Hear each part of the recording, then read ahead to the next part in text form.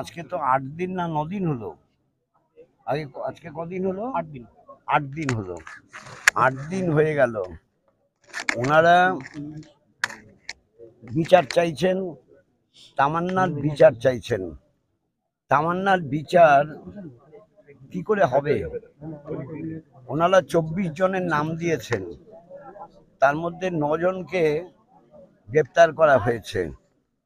আচ্ছা, সবাইকে যদি গ্রেপ্তারও না করে এই 24 জনকে ডেকে তো কথা বলে তাদের কথার মধ্য থেকে যা পেত তার ভিত্তিতে আরো কিছু গ্রেপ্তার করতে পারতো। মূল আসামি তো গ্রেপ্তার হয়নি, মূল আসামি তো গ্রেপ্তার করতে হবে। সে নাকি নেই, সে যেখানেই থাকুক না কেন পৃথিবীর মধ্যেই তো আছে। সে তো যদি পশ্চিমবাংলায় না থাকে, ভারতের মধ্যেই আছে, তাহলে তাকে তো ধরার ব্যবস্থা করা উচিত। সে তো করছে না। অর্থাৎ এমন একটা পরিবেশ পরিস্থিতি হয়েছে, মোলান্দি গ্রামে মানুষ তাদের মধ্যে ভয় ঢুকিয়ে দেওয়ার চেষ্টা করছে। এই পরিবারটা ঘুমোতে পারছে না, রাত্রিবেলা ঘুমোতে পারছে না।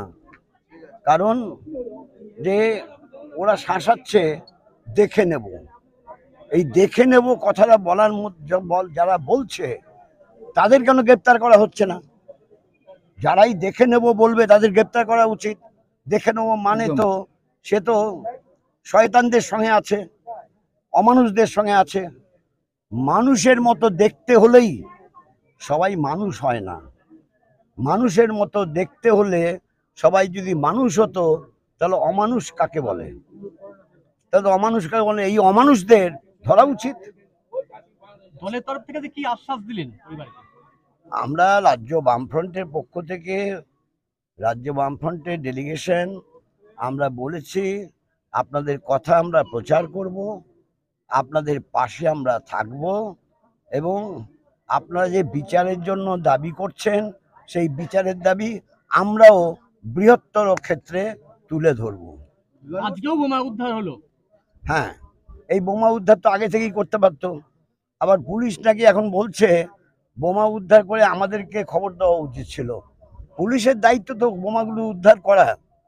পুলিশ বোমা উদ্ধার করলো না, আর সেই বোমা উদ্ধার যারা করলো তাদের দোষ দেওয়া হচ্ছে কেন বোমা উদ্ধার করলো। এতে তো খুব খারাপ জিনিস।